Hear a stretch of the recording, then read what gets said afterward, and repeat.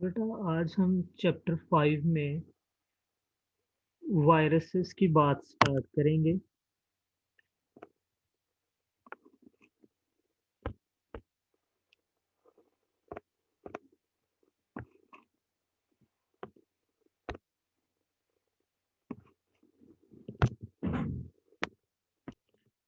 अच्छा बेटा, अगर वायरसेस की बात की जाए तो जो वर्ड वायरस है, it has been derived from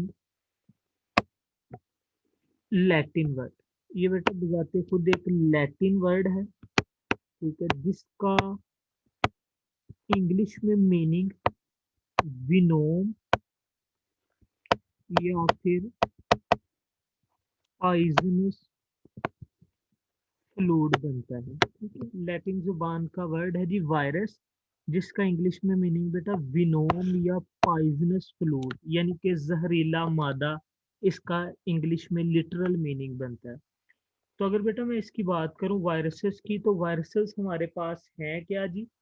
these are acellular. Acellular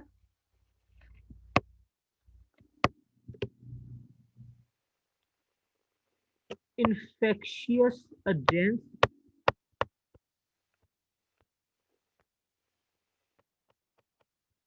infectious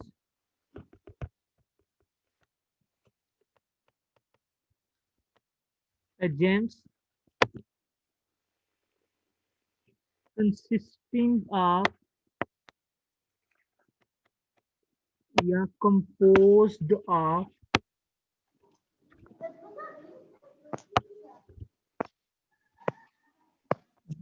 genetic material,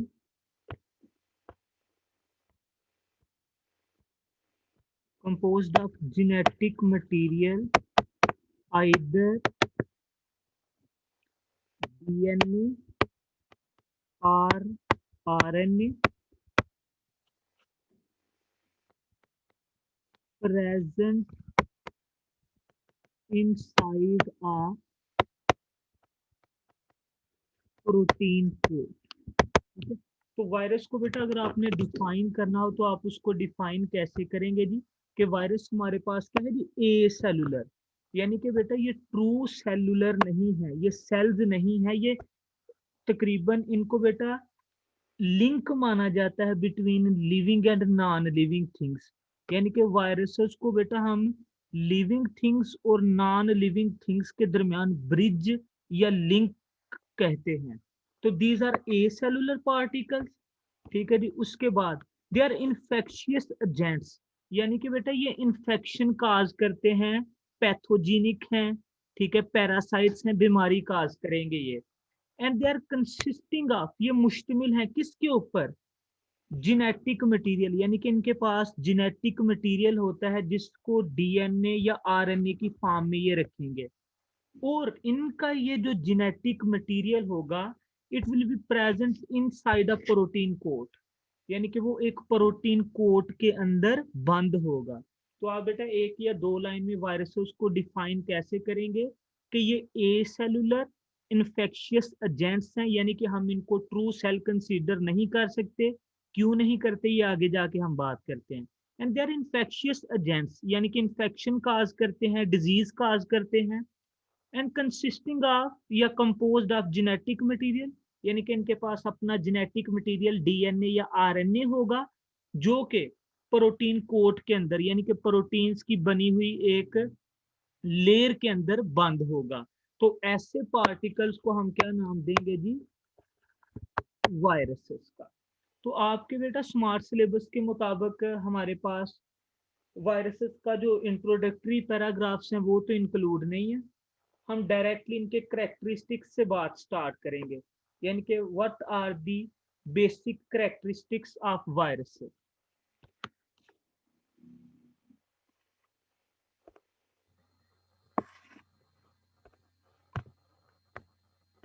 अच्छा बेटा, अगर वायरसेस के करेक्टरिस्टिक्स या खसूसियात की बात की जाए, तो इस लेक्चर में हम तकरीबन आपकी बुक में जो 6 से 7 खसूसियात लिखी गई हैं, हम उनकी बात करेंगे।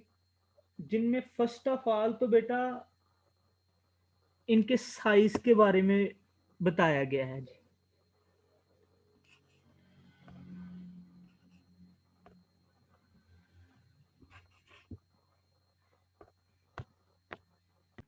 तो बेटा अगर वायरसेस के साइज की बात की जाए तो कहते हैं जी ये बहुत ही स्मॉल पार्टिकल्स हैं, बहुत ही बेटा स्मॉल पार्टिकल्स हैं जिनको सिर्फ और सिर्फ इलेक्ट्रॉन माइक्रोस्कोप के नीचे देखा जा सकता है। यानी कि ऑलमोस्ट बेटा 99.99% जो वायरसेस हैं उनको हम देखने के लिए इलेक्ट्रॉन माइक्रोस्कोप का ही इस्तेमाल करेंगे। लाइट माइक्रोस्कोप में ये विजिबल नहीं होंगे। और इनके साइज की बेटा अगर बात की जाए तो साइज जो है ये तकरीबन 20 नैनोमीटर से 250 नैनोमीटर की रेंज में है इनका साइज जी। ठीक है जी। तो साइज के बारे में बेटा हमने बात क्या की कि जो वायरसेस हैं ये बहुत ही स्मॉल साइज के इन्फेक्शियस पार्टिकल्स हैं जिनको देखने के लिए हमें इलेक्ट्रॉन माइक्रोस्कोप का सहारा लेना पड़ेगा। And they range in size between 20 nanometer to 250 nanometer, जिनमें बेटा 20 नैनोमीटर की अगर बात की जाए तो इसमें जो सबसे छोटे वायरसेस हैं पार्वो वायरसेस वो आ जाएंगे। और 250 नैनोमीटर में बेटा जो बड़े वायरसेस हैं जिनको पॉक्स वायरसेस कहा जाएगा वो लार्जेस्ट वायरसेस हैं। ठीक है। तो ये पार्वो वायरसेस हो गए। इसके अलावा बेटा दूसरे कुछ वायरसेस जैसा कि सिर्को वायरसेस एक्सेट्रा ये हमारे पास स्मॉलेस्ट वायरसेस हैं, जबकि पॉक्स वायरसेस को बेटा लार्जेस्ट वायरसेस कंसीडर किया जाता है।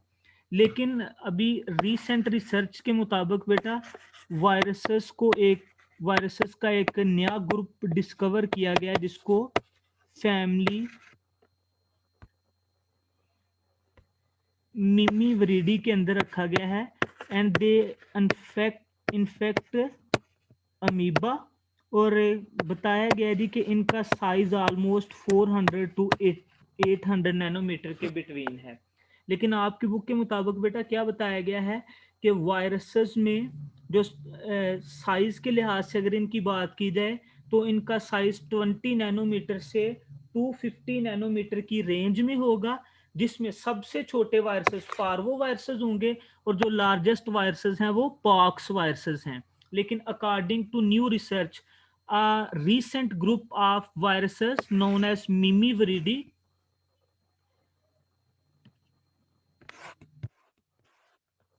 अगर बेटा मिमीवरिडी की बात की जाए which infect amoeba they range in size between 400 nanometer to 800 nanometre.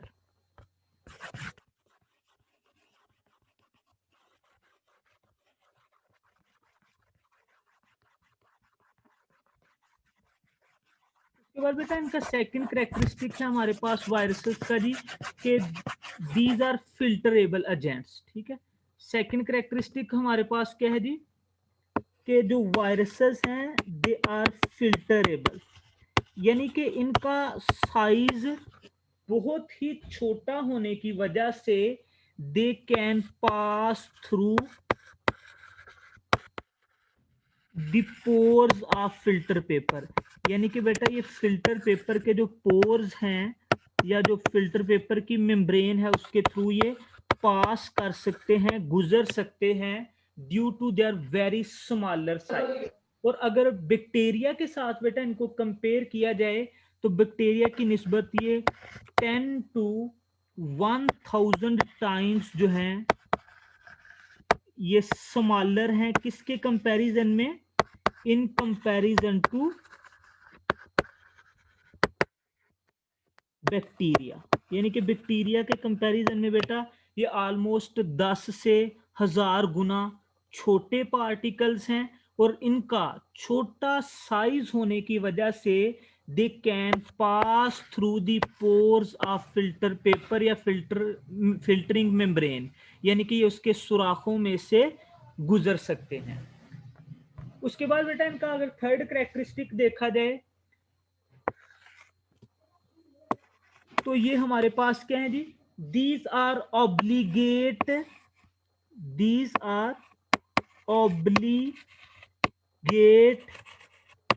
intracellular parasites। इसका मतलब क्या है, पहले बेटा इन तीनों वर्ड्स को समझते हैं।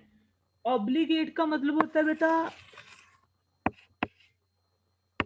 फर्ज, यानी कि मैंडेटरी, लाजमो मलजूम वाली कंडीशन जो है मैंडेटरी। इंट्रासेलुलर का मतलब बेटा inside the cell, inside the cell. और पैरासाइट का आप लोगों को पता है जी, पैरासाइट किसी भी ऐसी चीज, किसी भी ऐसी स्पीशीज को कहेंगे कि जो किसी दूसरी स्पीशीज के ऊपर रहेगी, उसकी बॉडी के ऊपर या बॉडी के अंदर, ठीक है, उससे अपना फूड वगैरह, शेल्टर वगैरह लेगी और बदले में उसको नुकसान पहुंचाएगी, उसको हम पैरासाइट कहेंगे। तो वायरसेस क्या है जी, ऑब्लिगेट इंट्रासेलुलर पैरासाइट्स। ऑब्लिगेट बेटा पैरासाइट्स वो होते हैं which cannot live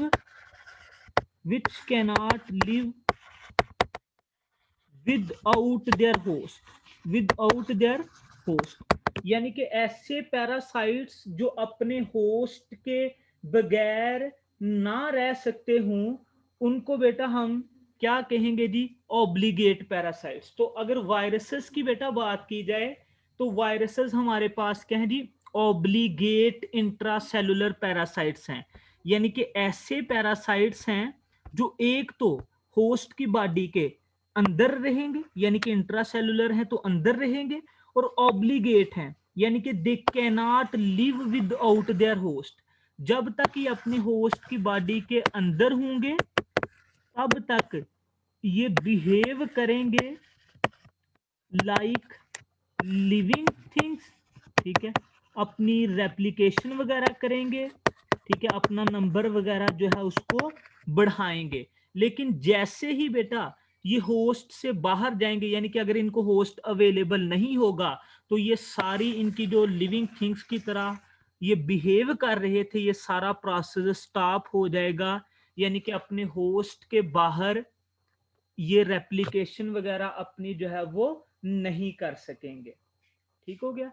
तो थर्ड कैरेक्टरिस्टिक बेटा मैंने क्या बताया कि वायरसेस जो हैं ये ऑब्लिगेट इंट्रासेलुलर पैरासाइट्स हैं, यानी कि ऐसे पैरासाइट्स हैं जो अपने एक तो होस्ट के बगैर बिल्कुल भी जिंदा नहीं रह सकते, और दूसरा ये होस्ट की बॉडी के अंदर रहेंगे, ठीक है, इंट्रासेलुलर पैरासाइट्स हैं, यानी कि सेल के अंदर इंटर होके फिर अपना काम दिखाएंगे। फोर्थ कैरेक्टरिस्टिक बेटा इनका क्या है हमारे पास जी, कि they have no metabolic machinery. Metabolic machinery यानी कि इनके पास बेटा जो एसेंशियल एंजाइम्स हैं, जो एसेंशियल एंजाइम्स हैं वो मौजूद नहीं होते। मसलन अगर बेटा बात की जाए कुछ वायरसेस की, जैसा कि हमारे पास एडिनो वायरसेस हैं एक, जो कि बेटा कॉमन कोल्ड का सबब बनते हैं, एडिनो वायरसेस। अगर इनकी बात की जाए तो इनके पास बेटा ना ही अपनी रेप्लिकेशन, यानी कि अपने जीनोम की रेप्लिकेशन, और ना ही अपनी प्रोटीन सिंथेसिस के लिए जो एंजाइम्स रिक्वायर होते हैं, वो इनके पास बेटा दोनों तरह के एंजाइम्स नहीं होते। मैंने यहाँ पे बेटा आपको नेक्स्ट कैरेक्टरिस्टिक क्या बताया है कि they have no metabolic machinery. इससे मुराद क्या है कि जीने के लिए या लाइफ प्रोसेस को कैरी आउट करने के लिए जो एसेंशियल एंजाइम्स चाहिए होंगे वो इनमें मौजूद नहीं होते। मसलन यहाँ पे मैंने एक एग्जांपल बताई है कि हमारे पास एक तरह के वायरसेस हैं जी, एडिनो वायरसेस, जो कि कॉमन कोल्ड, यानी कि सर्दियों में जो ठंड वगैरह लग जाती है वो इनकी वजह से होगी, फ्लू वगैरह जो होगा। तो इनके केस में क्या है कि अगर इन्होंने अपना जो जीनोम यानी कि जो डीएनए है, अगर इन्होंने उसको रेप्लिकेट करवाना है, या इन्होंने अपनी प्रोटीन्स की सिंथेसिस करनी है, यानी कि जो कोट की प्रोटीन्स हैं, तो इनके पास वो दोनों तरह के एंजाइम्स नहीं हैं। दूसरी तरफ बेटा अगर मैं बात करूं इन्फ्लुएंजा के वायरसेस की, इन्फ्लुएंजा वायरस की, तो इसके पास डीएनए रेप्लिकेशन वाला एंजाइम तो मौजूद है, लेकिन बेटा प्रोटीन सिंथेसिस वाला एंजाइम जो है वो मौजूद नहीं है। तो लिहाजा due to lacking different essential enzymes, they are considered that they have no metabolic machinery। और इसी वजह से बेटा essential enzymes इनमें ना मौजूद होने की वजह से फिर इनको लिविंग कंसीडर नहीं किया जाता। और ये सारे इंजाइम्स या इनके जो रेप्लिकेशन का प्रोसेस या प्रोटीन सिंथेसिस का जो प्रोसेस है उसको कैरी आउट करने वाले इंजाइम्स कहाँ से आएंगे? They will use the enzymes of their host, यानी कि जिस होस्ट सेल में ये जाएंगे उस होस्ट सेल के इंजाइम्स को ही ये अपने जीनोम की रेप्लिकेशन वगैरह के लिए और प्रोटीन सिंथेसिस वगैरह के लिए यूज करेंगे। उसके बाद बेटा इनका फिफ्थ कैरेक्टरिस्टिक क्या है हमारे पास जी? कि दे आर पैथोजेनिक। ठीक है, पैथोजेनिक का मतलब क्या है? कि दे कॉज या दे produce different kind of diseases, यानी कि ये अपने होस्ट के अंदर मुख्तलिफ तरह की बेटा डिजीजेस काज करेंगे। बस आगे जाके बेटा हम बात करेंगे कि ये पोलियो की डिजीज काज करेंगे, मीजल्स काज करेंगे, मम्प्स काज करेंगे, फिर उसके बाद हेपाटाइटिस काज करेंगे, एड्स का काज करेंगे। ठीक है, इसके अलावा आजकल जो कोरोना वायरस है, तो यानी कि they are pathogenic, they produce different kind of diseases inside their host, यानी कि होस्ट के अंदर बेटा ये मुख्तलिफ तरह की बीमारियों का सबब बनेंगे। और लास्ट बेटा इनका करेक्टरिस्टिक जो आपकी बुक में है दैट इज कि they are resistant to antibiotics. इसका मतलब क्या है? इसका मतलब यह है कि बेटा रेजिस्टेंस यानी कि इनके इनकी अंदर मुजाहमत पाई जाती है, ये बर्दाश्त कर सकते हैं किसको? एंटीबायोटिक्स ड्रग्स को। एंटीबायोटिक्स बेटा हम किसे कहते हैं? ऐसी ड्रग्स जिनको हम यूज करते हैं फॉर रिमूविंग बैक्टीरिया, यानी कि जो बैक्टीरिया के खिलाफ यूज की जाती हैं ड्रग्स उनको बेटा एंटीबायोटिक्स कहा जाता है। जबकि वायरसेस क्या है कि they are resistant to antibiotics, यानी कि मुख्तलिफ तरह की जो एंटीबायोटिक्स जैसा कि पेंसिलिन हो गई, एस्पायरिन होगी, स्ट्रेप्टोमाइसिन हो गई, टेट्रासाइक्लिन हो गई, ये सारी बेटा क्या है? These all are antibiotics. तो वायरसेस क्या हैं कि वो इन एंटीबायोटिक्स के खिलाफ रेजिस्टेंट हैं, यानी कि एंटीबायोटिक्स उनको ख़त्म नहीं कर सकती। अगर इनको ख़त्म करना है तो फिर मखसूस किस्म की ड्रग्स अवेलेबल होंगी, ड्रग्स यूज़ की जाएंगी जिनको बेटा एंटीवायरल ड्रग्स कहा जाता है। ठीक है,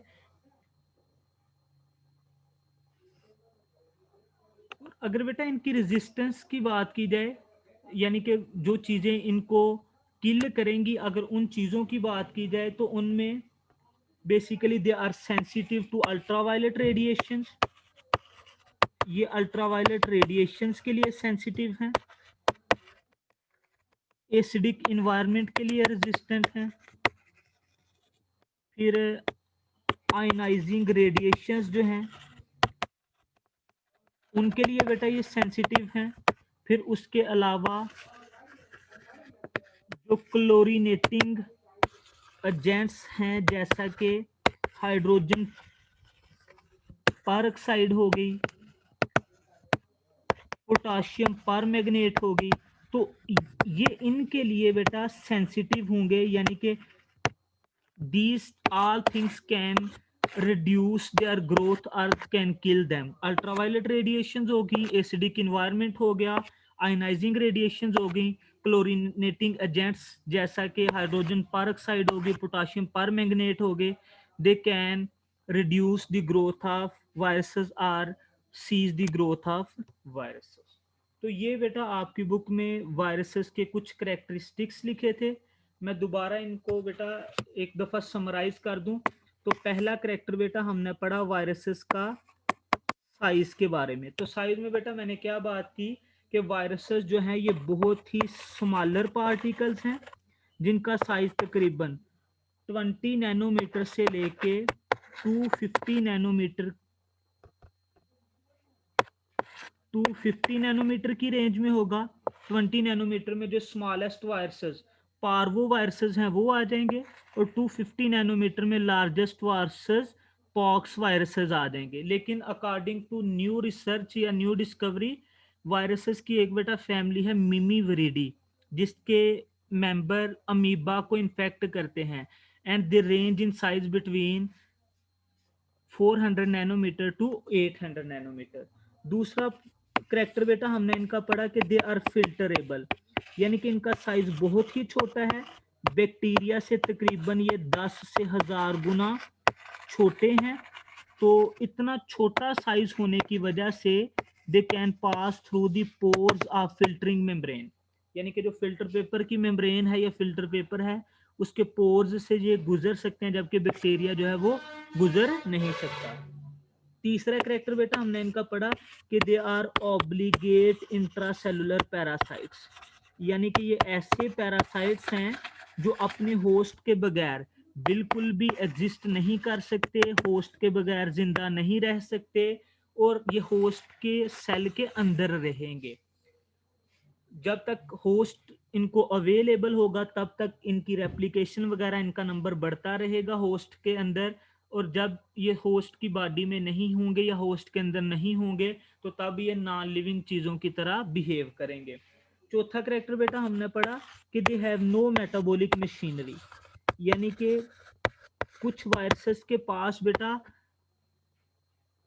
अपने जीनोम की रेप्लिकेशन के लिए एंजाइम्स मौजूद नहीं है, कुछ के पास अपनी जो कोट है उसकी प्रोटीन्स की सिंथेसिस के लिए एंजाइम्स मौजूद नहीं है, और कुछ ऐसे भी हैं कि जिनके पास बेटा ना ही अपने जीनोम की रेप्लिकेशन और ना ही अपनी कोट की प्रोटीन की सिंथेसिस के लिए एंजाइम्स अवेलेबल हैं। तो फिर इनकी रेप्लिकेशन अगर होनी हो, इन्होंने अपना नंबर बढ़ाना हो, तो कैसे बढ़ेगा कि they will use the enzymes of their host for replication of their genome and protein synthesis, कि ये अपनी प्रोटीन सिंथेसिस और अपने जीनोम की रेप्लिकेशन के लिए अपने होस्ट के एंजाइम्स को यूज करेंगे। फिफ्थ करेक्टरिस्टिक बेटा हमने क्या पढ़ा कि दे आर पैथोजेनिक, यानी कि ये अपने होस्ट के अंदर मुख्तलिफ तरह की डिजीजेस काज करते हैं, जैसे कि फ्लू हो गया, इन्फ्लुएंजा हो गया, कोल्ड, स्मॉल पॉक्स हो गया, फिर उसके बाद बेटा मम्प्स हो गए, मीजल्स हो गए, polio, hepatitis, AIDS etcetera. Sixth character बेटा हमने पढ़ा कि they are resistant to antibiotics, यानी कि ऐसी ड्रग्स जो बैक्टीरिया के खिलाफ यूज की जाती हैं वो वायरसेस को ख़त्म नहीं कर सकती, वायरसेस उनके खिलाफ रेजिस्टेंट होते हैं, वायरसेस उनके खिलाफ कुव्वत मुजाहमत शो करते हैं। सेवंथ करेक्टर बेटा हमने क्या पढ़ा कि they are sensitive to UV radiation, यानी कि अल्ट्रावायलेट रेडिएशन हो गई, हाईली एसिडिक इन्वायरमेंट हो गया, आयनाइजिंग रेडिएशन हो गई, क्लोरिनेटिक एजेंट्स जैसा कि हाइड्रोजन परऑक्साइड या फिर पोटाशियम परमैंगनेट वगैरह, तो वायरसेस उनके लिए सेंसिटिव होंगे, यानी कि ये वायरसेस की ग्रोथ वगैरह को रेस्ट्रिक्ट कर सकते हैं। तो this was all about the characteristics of viruses जो आपकी बुक में बेटा लिखे हैं।